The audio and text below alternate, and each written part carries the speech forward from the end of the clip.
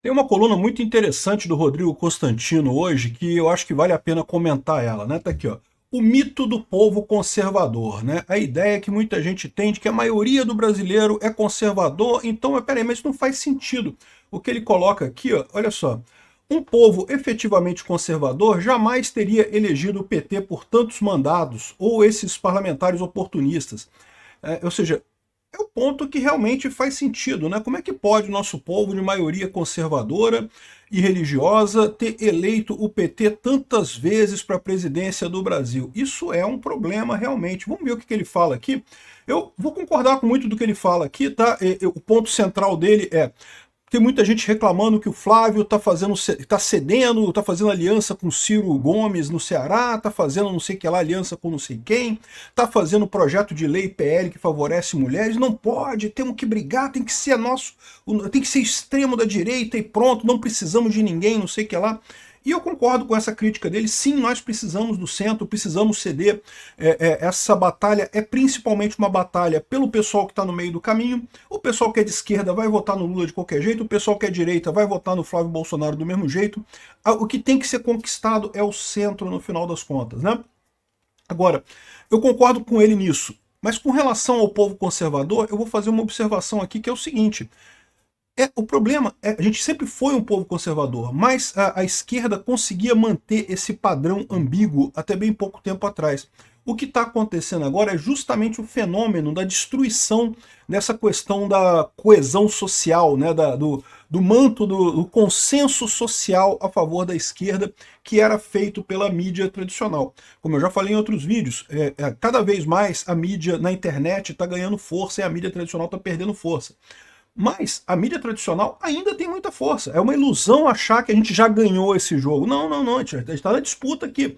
Estamos ganhando, tá? A gente está melhorando a cada ano que passa e a mídia tradicional está perdendo força a cada ano que passa.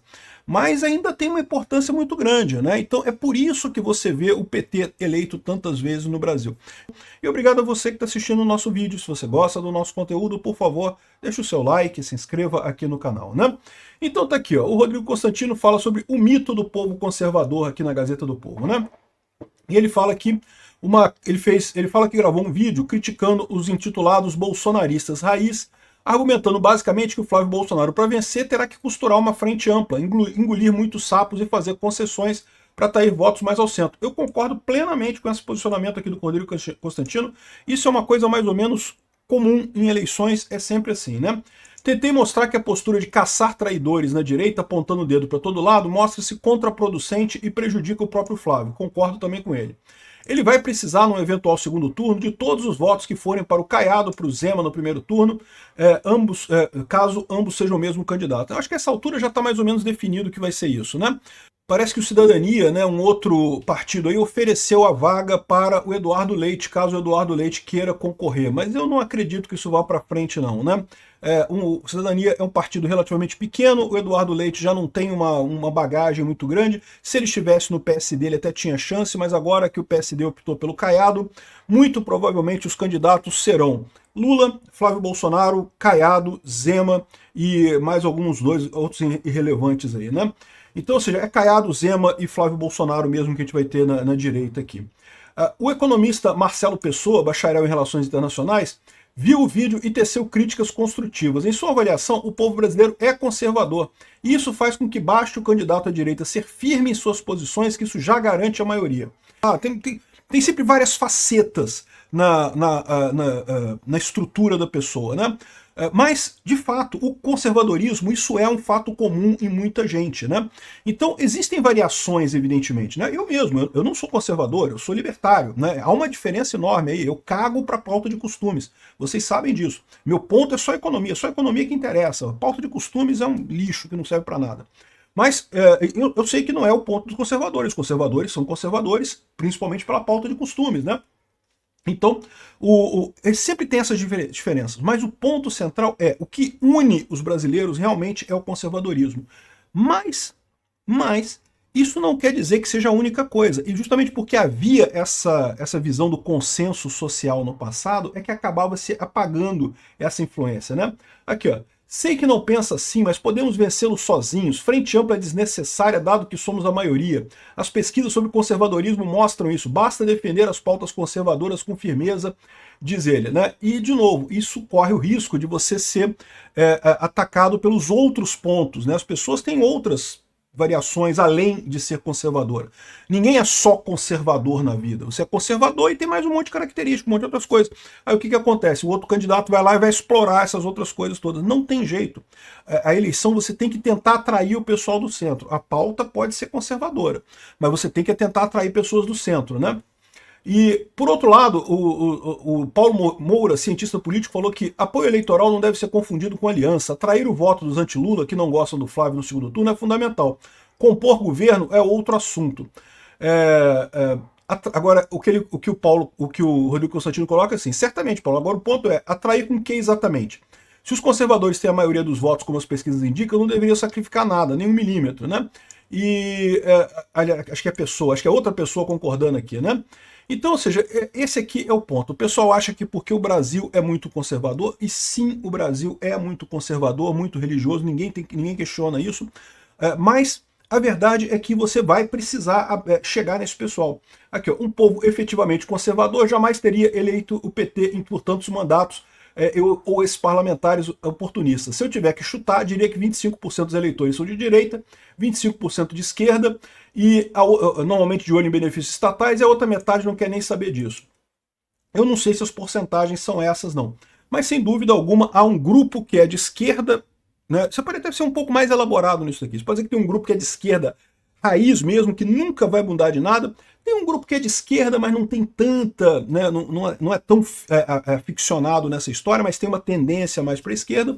Tem o pessoal de centro realmente, tem o pessoal da direita, mas que não é tão ligado à direita, e tem o pessoal que é direita mesmo, raiz, que vai votar na direita de qualquer jeito. Sempre você pode classificar a coisa desse jeito no final das contas, né? Agora, qual que é a questão aqui? A questão justamente é por que um povo conservador como o nosso elege o Lula, né? E aqui entra o cerne da questão num ótimo e necessário debate. Temos mesmo essa maioria conservadora? Eu concordo que é arriscado demais, além de prejudicial ao conservadorismo, ceder em pautas importantes. No limite, não dá para um candidato de direita abraçar uma agenda esquerdista em nome do pragmatismo eleitoral. Ele não vai atrair os votos da esquerda e vai dar munição nessa guerra cultural para os adversários, jogando a janela de Overton ainda mais para a esquerda, né? Então, pautas como, por exemplo, governo grande, assistencialismo, realmente, eu concordo, isso é pauta de esquerda, né? Aumentar o tamanho do Estado, isso é pauta de esquerda, né? Foda-se se o cara é de direita ou de esquerda, ele fez a ponte aqui, eu estou usando a ponte, pronto, me agradou, eu ganhei, se dei bem e pronto. Foda-se se ele fez milhares de leis merda, se ele piorou a economia, né? Eu aqui no meu cantinho aqui, eu ganhei alguma coisa e pronto. Isso é muito forte no Brasil. Agora, o meu ponto que eu venho falando é isso já foi muito mais forte no passado. E esse ressurgimento da direita se dá exatamente porque isso está mudando, né? Para quem era vivo aí nos anos 90, nos anos 2000, lembra? Falar de privatização, cara, era palavrão.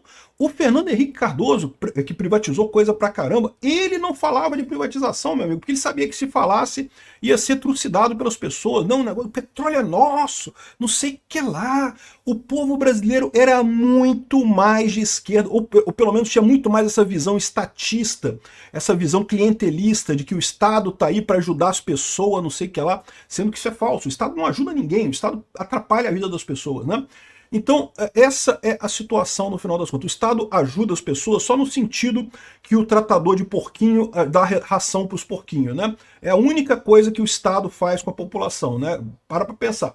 Né? Os porcos adoram quando o cara joga lavagem lá para eles, né? Só que depois vai morrer, né? É assim que funciona o Estado. O Estado, o pessoal que gosta, ai, olha só, o deputado deu lavagem pra gente aqui, vou comer lavagem do deputado. Cuidado, que depois você vai estar na mesa do deputado lá servindo o jantar dele, virando o jantar dele, né? Enfim, esse é o ponto. O que está acontecendo, o fenômeno que está acontecendo no Brasil é exatamente que as pessoas estão entendendo como é que a coisa funciona, o quão pouco que o Estado ajuda, e com isso o conservadorismo, que é uma coisa que é nata, que é natural, que é cultural brasileira, tem ficado mais forte.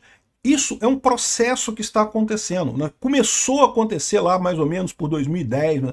Antes de 2010, meu amigo, todo mundo de esquerda, que todo mundo achava o Estado lindo, estatais lindas, não tinha nenhuma chance de tirar o PT do poder. Depois de Mensalão e Petrolão, meu amigo, o PT ainda elegeu o governador, ainda elegeu o presidente ainda, cara, olha que coisa.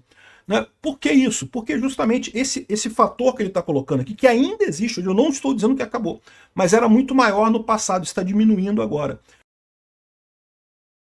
A informação descentralizada e distribuída está tomando conta, vai ser cada vez maior isso. Então a tendência é a gente ir para a direita cada vez mais. Eu não tenho dúvida que nas eleições de 2030 vai ser ainda mais fácil eleger um presidente de direita. Nas eleições de 2034 vai ser mais fácil ainda eleger um presidente de direita. O problema é, esse processo é um processo que está acontecendo. A Rede Globo tem muito menos influência hoje na política do que já teve no passado, mas ela ainda tem muita influência, ainda tem muita gente que seguia pela Globo. Então eu acho que o ponto que o pessoal está faltando aqui, ele termina com essa coisa aqui de que o ponto é que não tem jeito, a gente tem que abrir mão, coisa e tal. E o meu ponto é o seguinte, eu concordo com os dois lados, mas eu dou essa visão dinâmica da coisa. Eu acho que o Flávio tem mesmo que ir para o centro, tem que ajudar o centro e coisa e tal. Talvez em 2030 ou 2034 a gente não precise ceder tanto, mas nesse momento a gente precisa ceder sim. Achar que a gente vai fincar o pé nas posições da direita, não vamos ceder nem 1 milímetro para o pessoal e coisa e tal, e vamos ganhar a eleição, talvez seja verdade no futuro. Hoje não é verdade, hoje não acontece desse jeito. Então é importante o Flávio fazer esse caminho. E a gente tem uma outra carta na manga dessa história, tá? O pessoal está colocando aqui, ó, do risco Michele, né? Porque o PT está com uma estratégia de bater no Flávio Bolsonaro a partir de abril, né? A partir do fechamento da janela. Dia 4 de abril, o Tarcísio não pode... Se o Tarcísio fosse ser o candidato da PL, ele precisaria sair do governo do Estado no dia 4 de abril. Se ele não sair até lá, ele não pode mais ser candidato a presidente. Então o PT está esperando o dia 4 de abril para no dia 5 começar a meter o pau no Flávio. E isso a gente já sabe que vai acontecer isso, tá? Vão levantar um monte de coisa, vão arrumar um monte de confusão, fake news pra caramba, isso pode ter certeza, né? E eles estão esperando com isso diminuir, o Flávio começar a cair nas pesquisas. Eu não sei não, tá? Eu tenho minhas dúvidas se vai começar a cair nas pesquisas mesmo, porque como eu falo pra vocês, já bateram muito no Flávio, o Flávio já tem uma carga de pele dura nessa história aí muito grande. Então, eu não sei se vai cair tanto não, mas o problema que eles estão colocando aqui é que se a queda for muito brusca, mais brusca que o esperado, ainda haverá tempo hábil para a direita trocar de candidato até as convenções. Não vai ser mais o Tarcísio. Aí, nesse caso, seria a Michele. E eu já falei para vocês, a Michele é o que apavora o PT. O Tarcísio